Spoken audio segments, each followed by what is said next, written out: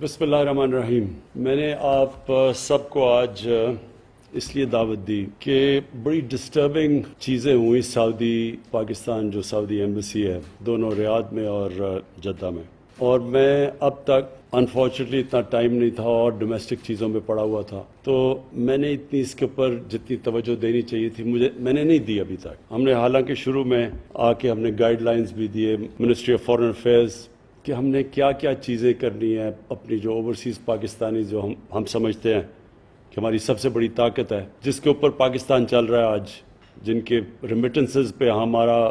ملک اگر آج بینکرپٹ نہیں ہوا یا بیلی اپ نہیں ہوا تو ان کی ریمیٹنسز کی وجہ سے ہے۔ اور دوسری چیز میں آپ کو بتاؤں کہ میرا بہت زیادہ ایکسپیرنس ہے ایز این اوورسیز پاکستانی۔ میں آج سے 50 سال پہلے جب انگلینڈ گیا تو ہمارا انگلینڈ میں جب میرا انٹریکشن ہوتا تھا پاکستان ایمبیسی سے، پاکستان ہائی کمیشن سے، تو مجھے بڑا ایک ایکسپیرنس ہے کہ وہاں اوورسیز پاکستانی جو خاص طور پہ جب میں گیا تھا تو لیبر کلاس تھی ہماری، اب تو وہ پڑھ گئے ہیں، ان کی سیکنڈ تھرڈ جنریشنز آگے نکل گئی ہیں، پڑھ لکھ کے ہیں، تو مجھے تب سے ایکسپیرنس ہے ڈیلنگ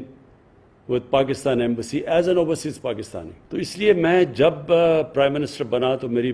سب سے بڑی خواہش یہ تھی کہ ہم یہ بالکل جو ایٹیٹیوڈ بدلیں جو ہماری ایمبیسیز ڈیل کرتی ہیں اوورسیز پاکستانی سے، اور اسپیسیفکلی جو ہمارے محنت کش لوگ ہیں جو وہاں جاتے ہیں کام کرتے ہیں گھروں سے دور، اور جو نچلا طبقہ ہے، اوپر جو پڑھے لکھے لوگ ہیں جو ویل ٹو ڈو ہیں، ان سے ہماری ایمبیسیز بائی اینڈ لارج ٹھیک رہتی ہیں، لیکن جو نچلا طبقہ ہے اس سے مجھے ہمیشہ یاد ہے کہ بڑے پرابلمس تھے۔ جب انگلینڈ کے اندر جو ہمارے ایمبیسڈرز ہوتے تھے 70s اور 80s کی میں بات کروں، ایون 90s، تو بڑی بری طرح وہاں کی لیبر کلاس کو دیکھتے تھے،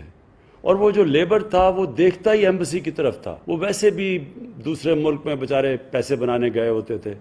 تو وہ ایمبیسی ان کے لیے ایک بڑا سینٹر ہوتا تھا کہ وہ جائیں اور کوئی پرابلمز ہوں۔ لیکن مجھے یاد ہے کئی ایمبیسڈرز کی بہت بری ایٹیٹیوڈ ہوتی تھی، جس طرح وہ کلونیل ڈیز کے اندر جو ماسٹرز جس طرح ڈیل کرتے تھے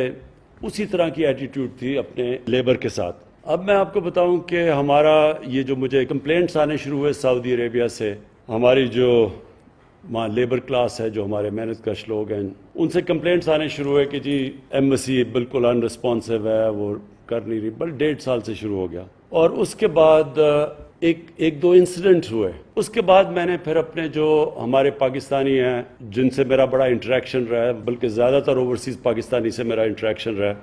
فنڈ ریزنگ کی وجہ سے اور اس سے پہلے کرکٹ کی وجہ سے، تو ان کو پھر میں نے پوچھا کہ پاکستان کی جو ایمبیسی ہے سعودی عربیہ میں اس کو مجھے فیڈ بیک دو، تو جو فیڈ بیک آیا وہ بڑا شاکنگ فیڈ بیک تھا کہ کوئی کیرلیسنس، کوئی پرواہ نہیں ان کی، ان کو کوئی سروس نہیں کر رہا۔ اس کے بعد پھر ہمارا جو سٹیزن پورٹل ہے یہاں جو جس کا سیکشن ہے اوورسیز پاکستانیز کا، اس سے پھر میں نے اس کے بھی کمپلینٹس دیکھیں گے کیا کیا کمپلینٹس آ رہی تھیں، تو وہ سارا میچ کر رہا ہے کہ جس طرح کی انفارچونیٹلی ہمارے اوورسیز پاکستانیز کو ہماری ایمبیسیز ڈیل کرتی ہیں، اور جس طرح کا رسپانس ہماری ایمبیسیز دیتی ہیں ان لوگوں کو، میں نے یہ اپنے سٹیزن پورٹل سے پورے